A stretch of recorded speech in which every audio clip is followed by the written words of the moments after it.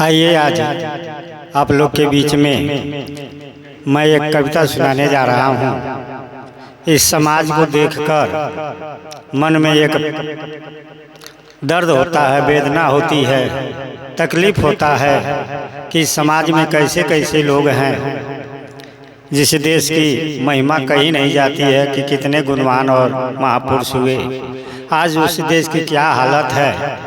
कहा गया कि देख के अनीति अब दिल घबराता, आ कैसे तू कहेला तबाही नहीं बुझाता। देख के अनीति अब दिल घबराता, कैसे तू कहेला तबाही नहीं बुझाता।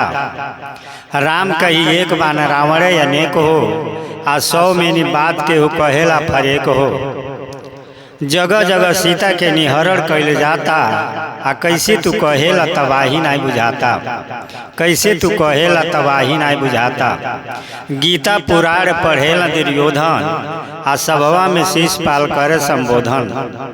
गीता को पढ़ने वाला व्यक्ति गीता तो पढ़ता है, लेकिन काम दुर्योधन का करता है। आज रावण और दुर्योधन को पहचानना भी कठिन है। गीता पुराण पढ़ेला दुर्योधन, शीश पाल सभवा में करे संबोधन। जगह जगह नारी के निचिरिये खिंचाता, आ कैसे तू कहेला तबाही नहीं बुझाता।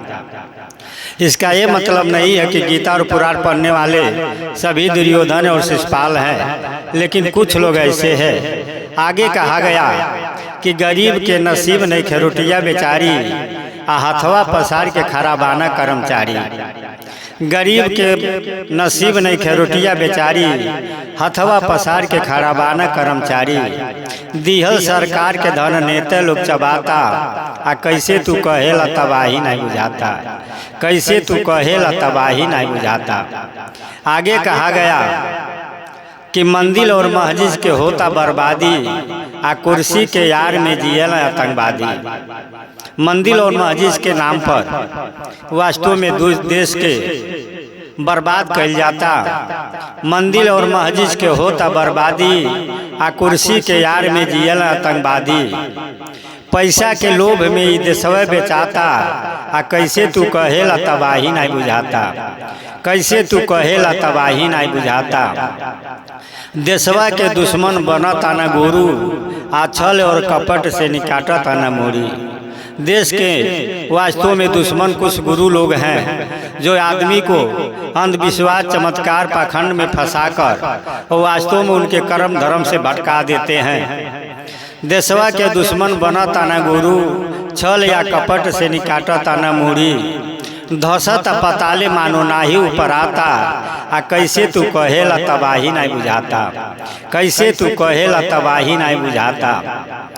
आगे कहा गया कि लोहू लोहान से नी होखेला बसंत हो, आ अन्य के कर्ण होला जरा जीव जंत हो। आप लोग देखते होंगे कि चैत और कुआर में आदमी खेत में ही पुअला या फसल जला देता है, जिससे तमाम कीड़ों मकोड़ों जड़ जाते हैं, हु कर जड़ते हैं। बहुत तकलीफ होता है कि बिना वजह के निरपराध वास्तव में हत्या होती है। इसी पर कहा गया लहू लोहान से नहीं होखेला बसंत हो, आयन्ने के कर्ण होला जरा जीव जंत हो। चैते कुअरवा में खेतवा फुकाता, आ कैसे तू कहेला तबाही नहीं बुझाता। कैसे तू कहेला तबाही नहीं बुझाता। अबहू से होश करा सुना नर नारी, आ रहेला कुमारी अब हाथ पाँव मारी।